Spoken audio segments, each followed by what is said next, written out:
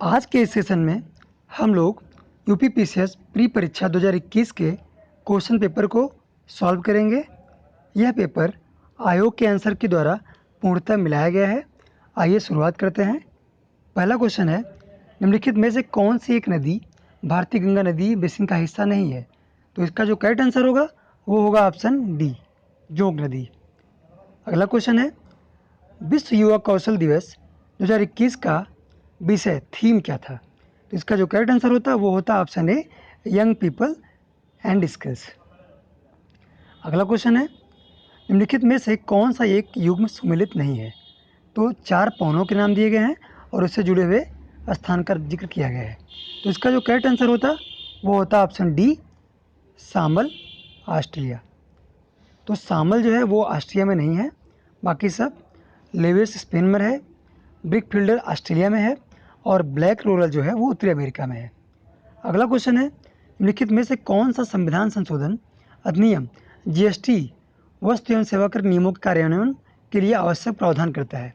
तो इसका जो करेक्ट आंसर हो जाता है वो ऑप्शन ए, 101वां संविधान संशोधन। अगला क्वेश्चन है, निम्नलिखित में से कौन सा कारण भारत के उत्तर पश्चिमी भाग में शीत ऋतु में होने वाली वर्षा के लिए उत्तरदायी है? तो ये बहुत ही आसान क्वेश्चन था। इसका जो करेक्ट आंसर होता है वो ऑप्शन सी, पश्चिमी विक्षोभ। अगला क्वेश्चन है, सिविल सेवाओं में सुधार हेतु पीसी होता समिति का गठन किस वर्ष किया गया था? तो इसका जो करेक्ट आंसर था आयोग के अनुसार वो होता ऑप्शन बी, 2004। 2004 में पीसी होता समिति का गठन किया गया था। अगला क्वेश्चन है, जनगणना 2011 के अनुमानों के अनुसार भारत में निम्न में से कौन सा एक सर्वाधिक जनसंख्या वाला राज्य है? तो यह सभी को पता है, उत्तर प्रदेश का करेक्ट आंसर है ऑप्शन डी। अगला क्वेश्चन है, फरवरी 2021 में नगोजी अंकोजो इवेला को विश्व व्यापार संगठन में प्रथम महिला महानिदेशक के रूप में नियुक्त किया गया है। यह महिला निम्नलिखित में से किस राष्ट्र से हैं? तो उस समय ये जो इसका आंसर था वो था ऑप्शन ए, नाइजीरिया। तो नाइजीरिया की ये महिला है जो कि प्रथम महिला महानिदेशक के रूप में चुनी गई हैं। अगला क्वेश्चन है, फ्लाई ऐश प्रदूषण होता है। तो फ्लाई ऐश क्या होता है? फ्लाई ऐश जो है वह ताप विद्युत संयंत्र से निकलने वाला प्रदूषण है। तो इसका जो करेक्ट आंसर होगा वो ऑप्शन होगा सी। अगला क्वेश्चन है, निम्नलिखित में से कौन सा देश काला सागर के तट पर स्थित नहीं है? तो इसका जो करेक्ट आंसर होगा वो होगा ऑप्शन ए, सीरिया। बाकी सभी काला सागर के तट पर स्थित देश हैं। अगला क्वेश्चन है, निम्नलिखित में दिए गए तथ्यों पर ध्यान दीजिए। भारत के प्रथम मुख्य निर्वाचन आयुक्त सुकुमार सेन थे। यह बात बिल्कुल सही है। भारत की पहली महिला मुख्य निर्वाचन आयुक्त रमा देवी थी। यही बात बिल्कुल सही है। तो इसका जो करेक्ट आंसर होगा ऑप्शन सी, 1 और 2 दोनों सही हैं। ऑप्शन सी करेक्ट है। अगला क्वेश्चन है, वैश्विक शांति सूचकांक 2021 के अनुसार निम्नलिखित में से विश्व का सबसे शांतिपूर्ण क्षेत्र कौन सा है? तो शांतिपूर्ण परिक्षेत्र की बात की जा रही है इन चारों ऑप्शन में से। जो इसका करेक्ट आंसर होगा ऑप्शन बी, यूरोप।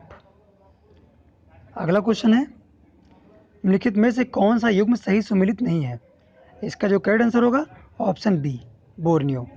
बोर्नियो में पुनान जनजाति नहीं है, बाकी सारे मैच करते हैं। करेक्ट आंसर होगा ऑप्शन बी। अगला क्वेश्चन है, कार्बन क्रेडिट की अवधारणा उत्पन्न हुई। तो कार्बन क्रेडिट की जो बात की गई है वह क्योटो प्रोटोकॉल में की गई थी। इसका ऑप्शन करेक्ट होगा ऑप्शन बी।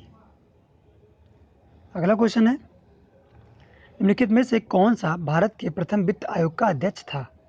तो भारत के प्रथम वित्त आयोग श्री केसी नियोगी जी थे। इसका जो करेक्ट आंसर होगा वो ऑप्शन बी होगा, श्री केसी नियोगी। मिकांग नदी के संदर्भ में निम्नलिखित में से कौन सा कथन सही है?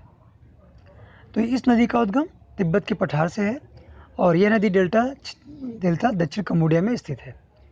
तो इसका जो करेक्ट आंसर होगा ऑप्शन सी, 1 तथा 2 दोनों सही है। अगला क्वेश्चन है, निम्नलिखित में से कौन सा युग्म सही सुमेलित नहीं है? तो ऑप्शन ए, विटामिन ए, जो कि संतरा में नहीं पाया जाता है।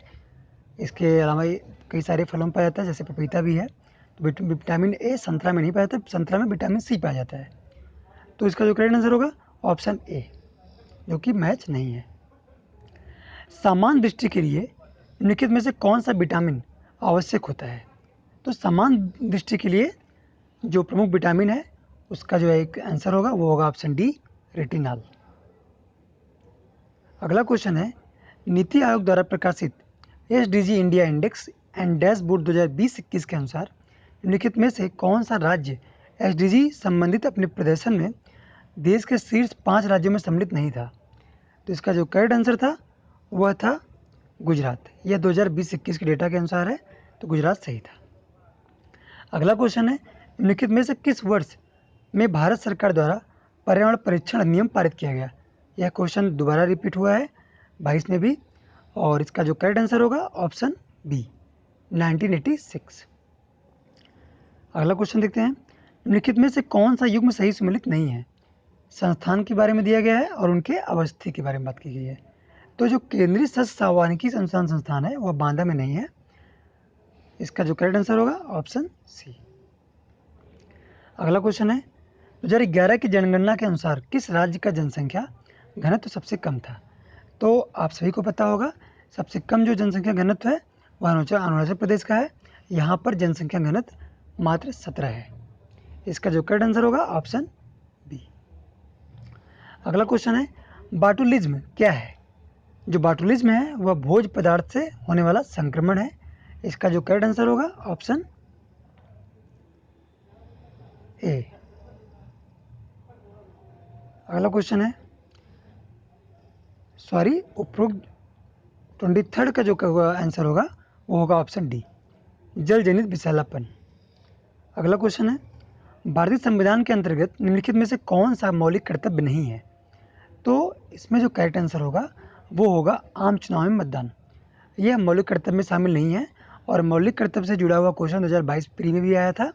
तो यह बहुत ही इंपॉर्टेंट आर्टिकल है, इसके बारे में हम सभी को पढ़ लेना चाहिए।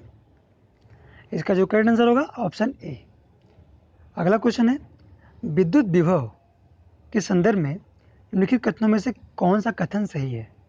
तो विद्युत विभव यह एक अदिश राशि है या यह एक सदिश राशि है? तो ऑप्शन ए करेक्ट है, बाकी दो गलत है। इसका जो आंसर होगा वो होगा ऑप्शन ए, केवल एक। अगला क्वेश्चन देखते हैं, निम्नलिखित में से किस अधिनियम ने सामूहिक कार्यचलन के स्थान पर विभाग या विभागीय पद्धति द्वारा वायसराय की कार्यकारी परिषद पर उनके प्राधिकार को और अधिक बल प्रदान किया? तो आप सभी को पता होगा इसका जो करेक्ट आंसर होगा ऑप्शन ए, भारतीय परिषद अधिनियम 1861।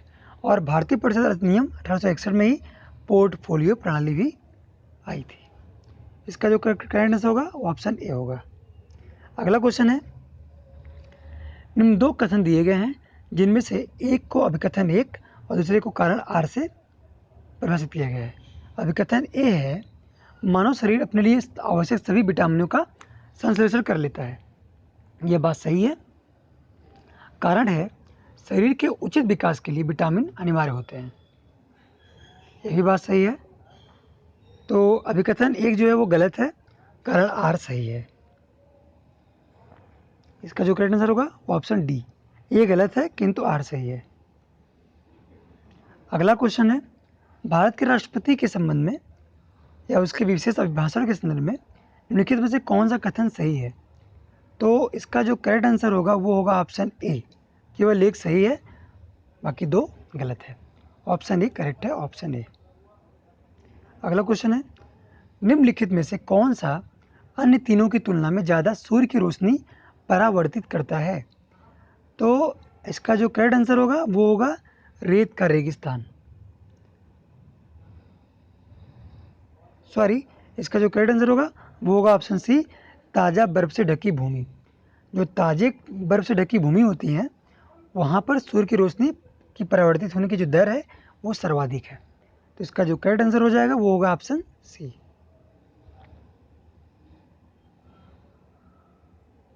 अगला क्वेश्चन देख लेते हैं, निम्नांकित में से कौन सा युग्म सम्मिलित नहीं है? विषय की बात की गई है और उनसे संबंधित अनुच्छेद की बात की गई है। तो सहकारी सोसाइटी का संवर्धन यह अनुच्छेद 43A में न होकर के यह अनुच्छेद 43B में है। तो इसका जो करेक्ट आंसर होगा वो होगा ऑप्शन सी, सहकारी सोसाइटी का संवर्धन अनुच्छेद 43A गलत है। अगला क्वेश्चन है, निम्नलिखित में से कौन सा रामसर स्थल उत्तर प्रदेश में स्थित नहीं है? तो सुरिनसर मानसर झील, यह जो है जम्मू कश्मीर में स्थित है, यह उत्तर प्रदेश में स्थित नहीं है। तो इसका जो करेक्ट आंसर होगा ऑप्शन डी। अगला क्वेश्चन है, उत्तर प्रदेश के बजट 2021-22 में किस योजना के अंतर्गत विद्यार्थियों को टैबलेट देने की घोषणा की गई है?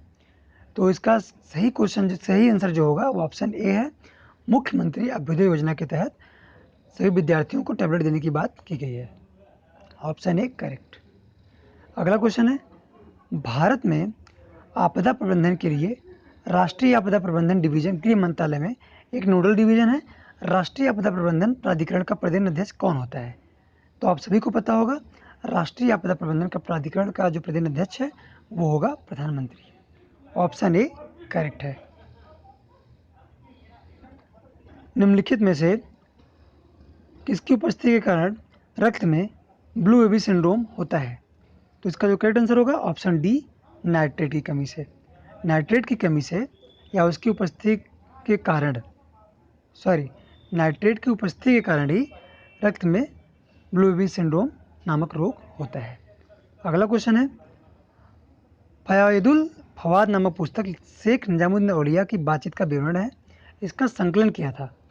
तो फवादुल फवाद जो इसका संकलन किया गया है, यह संकलन जो है अमीर खुसरो के द्वारा किया गया है।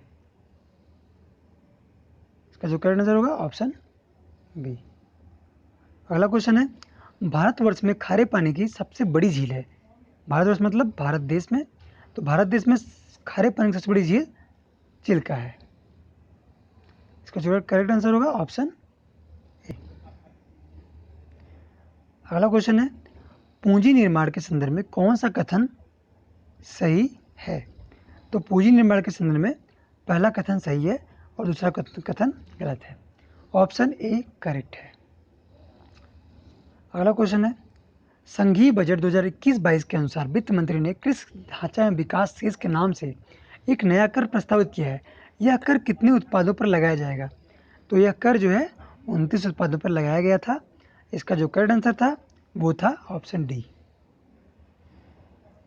अगला क्वेश्चन है, दो कथन दिए गए हैं, अब कथन एक और कारण आर, इन दोनों का सही उत्तर का चयन करना है। भारत में मंत्रिपरिषद सामूहिक रूप से लोकसभा तथा राज्यसभा दोनों के प्रति उत्तरदायी है। कारण है, लोकसभा और राज्यसभा दोनों के सदस्य संघीय सरकार में मंत्री बनने की पात्रता रखते हैं। तो यह दोनों बात सही है। यह यहाँ पर कथन एक गलत है और जो आर कारण है वो सही है। तो उसका ऑप्शन जो हो जाएगा करेक्ट वो होगा ऑप्शन डी। अगला क्वेश्चन है, क्या आप मुझे एक भी स्वतंत्र देश दिखा सकते हैं जहां पृथक मताधिकार हो? अंग्रेज जा चुके हैं परंतु वे भारत सरहद छोड़ गए हैं। निम्नलिखित में से किस उपरोक्त वाक्य को संविधान सभा के बहस में कहा गया था? तो इस बात को जो है सोमनाथ लहड़ी के द्वारा कहा गया था। ऑप्शन इसका जो करेक्ट आंसर होगा ऑप्शन सी, सरदार वल्लभ भाई पटेल। इसका करेक्ट आंसर है ऑप्शन सी करेक्ट है।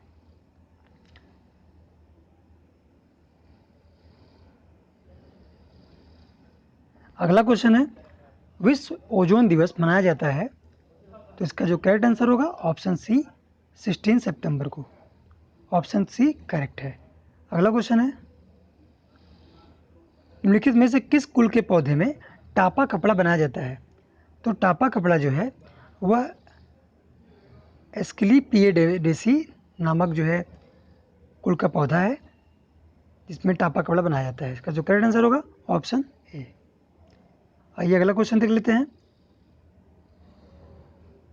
उसे मिलाना है। लिस्ट 1 में खनिज अन्वेषण की बात की गई है और लिस्ट 2 में उसके मुख्यालय की बात की गई है। इसका जो करेक्ट आंसर होगा वो होगा ऑप्शन डी। डी इसका करेक्ट आंसर है। अगला क्वेश्चन है, जून 2021 में आयोजित G7 शिखर सम्मेलन के संदर्भ में निम्नलिखित में से कौन सा कथन सही है? तो इसका जो करेक्ट आंसर होगा वो होगा ऑप्शन ए। केवल एक कथन सही है, दूसरा गलत है। अगला क्वेश्चन है, निम्नलिखित में से कौन सा एक सही सुमेलित नहीं है? तो इसका जो करेक्ट आंसर होगा वो होगा ऑप्शन डी, मलिक सरवर जहां, ख्वाजा जहां। ये मालवा राज्य में नहीं थे, बाकी सब सही है। अब इसका जो करेक्ट आंसर होगा ऑप्शन डी। आइए अगला क्वेश्चन देखते हैं। कोविड-19 महामारी की दूसरी लहर के समय किस संस्थान ने नाइट्रोजन जनरेटर को ऑक्सीजन जनरेटर के बदले में बदलने का प्रदर्शन किया था? तो आईआईटी कानपुर ने ऐसा किया था। इसका जो करेक्ट आंसर होगा ऑप्शन डी।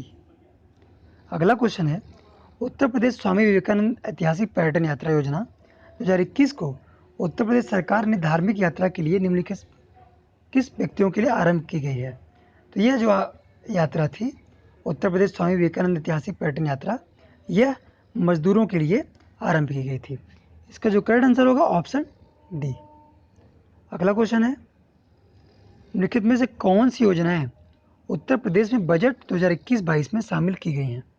तो इसका जो करेक्ट आंसर होगा option 1, 2 and 3। Option A correct है। अगला क्वेश्चन है, राज्य लोक सेवा आयोग के सदस्य को हटाया जा सकता है। तो राज्य लोक सेवा आयोग के सदस्य को हटाने का जो प्रावधान है वह उच्चतम न्यायालय की जांच के पश्चात राष्ट्रपति द्वारा होती है। तो राष्ट्रपति के अधिकार क्षेत्र में आता है, वह उसके सदस्य को हटा सकता है। इसका जो करेक्ट आंसर होगा ऑप्शन सी। इस सेशन का लास्ट क्वेश्चन है,